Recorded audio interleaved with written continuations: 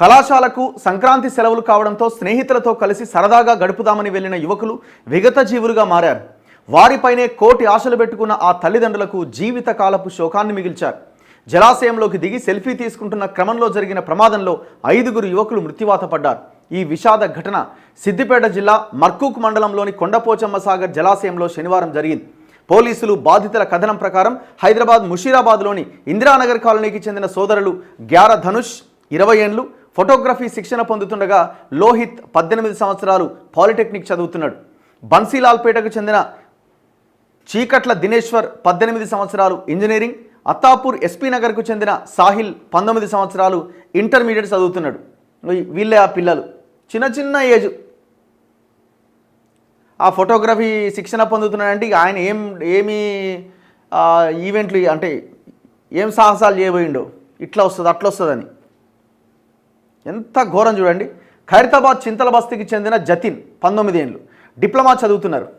వీరు ముషీరాబాద్ ప్రాంతానికి చెందిన మృగాంక్ ఇబ్రహీంలతో కలిసి ద్విచక్ర వాహనాలపైన శనివారం ఉదయం 11 గంటల ప్రాంతంలో కొండపోచమ్మ సాగర్కు చేరుకున్నారు. అందరూ జలాశయంలోకి దిగిరట. అసలు లోపలికి వెళ్ళడానికి ఎట్లా? ఇప్పుడు ఏమన్నా ఉంటే చుట్టుపక్కల తిరగడానికి అవకాశం, లోపలికి ఎట్లా దిగిరు? లోహిత్, ధనుష్, దినేశ్వర్, జతిన్ ఫోన్లో సెల్ఫీ తీసుకుంటూ నీటిలోకి వెనక్కి నడుస్తూ లోతులోకి జారిపోయారు. రక్షించాలంటూ ఆర్తనాదాలు చేశారు.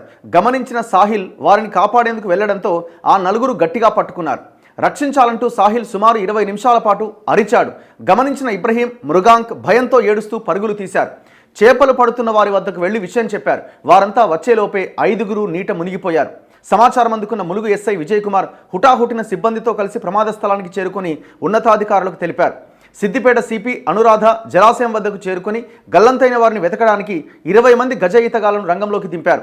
బోటు తెప్పించి గాలించారు. మధ్యాహ్నం 1:30 ప్రాంతంలో ప్రారంభమైన ఈ ప్రయత్నాలు రాత్రి 7:30 వరకు కొనసాగినాయి.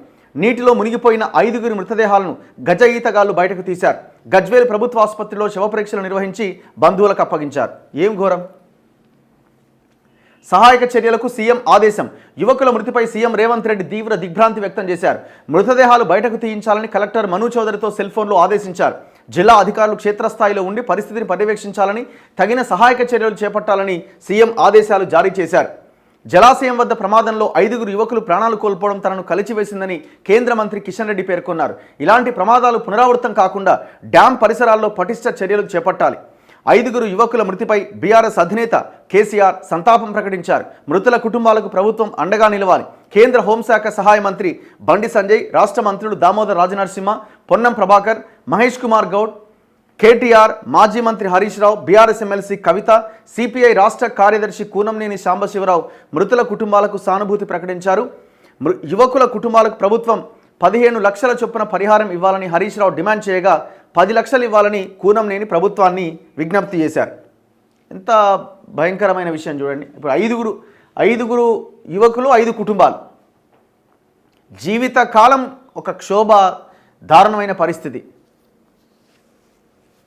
సో దయచేసి పిల్లలు కనుక ఇట్లాంటి ప్లేసెస్కి వెళ్తాము అని అంటే పెద్దవాళ్ళు లేకుండా అస్సలు పంపించకండి దయచేసి. ఎందుకంటే ఇప్పుడు ఏముందాడా, ఏం మిగిలింది? అసలు లోపలికి ఎట్లా ఎంటర్ అయ్యారు అన్నదే పాయింట్. మనకాడ దిగాలంటేనే ఇబ్బంది అనిపిస్తుంది, భయం అవుతుంది కదా, ఏం జారిపోతాం ఏందని. మొత్తం ఇట్లా ఏటవాలుగా ఉంటుంది లోపలికి. మరి ఎట్లా లోపలికి ఎంటర్ అయ్యారు? అక్కడ ఏం సెక్యూరిటీ లేదా?